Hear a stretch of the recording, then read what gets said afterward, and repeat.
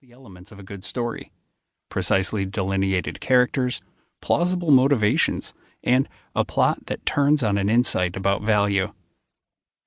The story was straightforward for customers.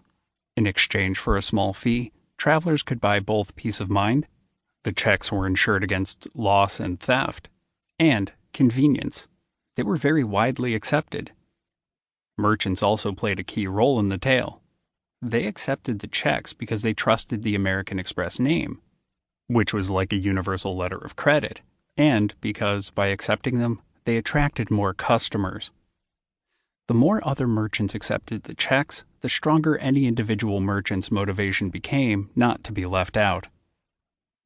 As for American Express, it had discovered a riskless business because customers always paid cash for the checks.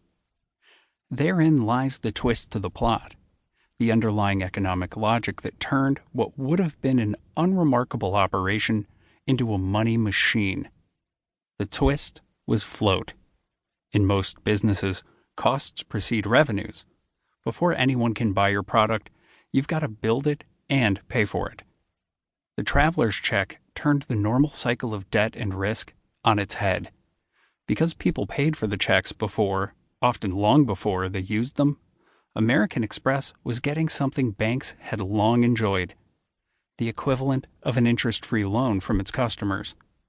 Moreover, some of the checks were never cashed, giving the company an extra windfall.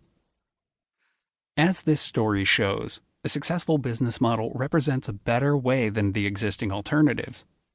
It may offer more value to a discrete group of customers, or it may completely replace the old way of doing things and become the standard for the next generation of entrepreneurs to beat.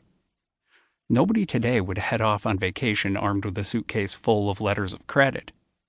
Fargo's business model changed the rules of the game. In this case, the economics of travel. By eliminating the fear of being robbed and the hours spent trying to get cash in a strange city, the checks removed a significant barrier to travel, helping many more people to take many more trips. Like all really powerful business models, this one didn't just shift existing revenues among companies. It created new, incremental demand.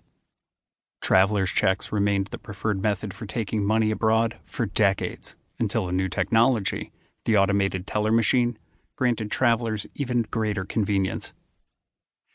Creating a business model is, then, a lot like writing a new story. At some level, all new stories are variations on old ones, reworkings of the universal themes underlying all human experience. Similarly, all new business models are variations on the generic value chain underlying all businesses. Broadly speaking, this chain has two parts. Part 1 includes all the activities associated with making something: designing it, purchasing raw materials, manufacturing, and so on. Part 2 includes all the activities associated with selling something: finding and reaching customers, transacting a sale, distributing the product, or delivering the service. A new business model's plot may turn on designing a new product for an unmet need, as it did with the traveler's check.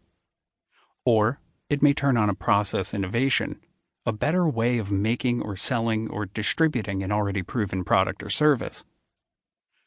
Think about the simple business that direct marketing pioneer Michael Bronner created in 1980 when he was a junior at Boston University. Like his classmates, Bronner had occasionally bought books of discount coupons for local stores and restaurants. Students paid a small fee for the coupon books. But Bronner had a better idea. Yes, the books created value for students, but they had the potential to create much more value for merchants who stood to gain by increasing their sales of pizza and haircuts.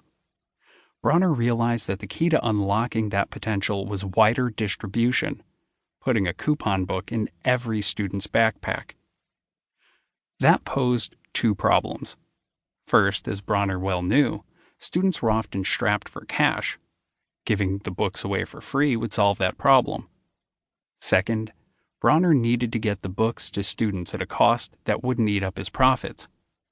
So he made a clever proposal to the dean of Boston University's housing department. Bronner would assemble the coupon books and deliver them in bulk to the housing department. and the department could distribute them free.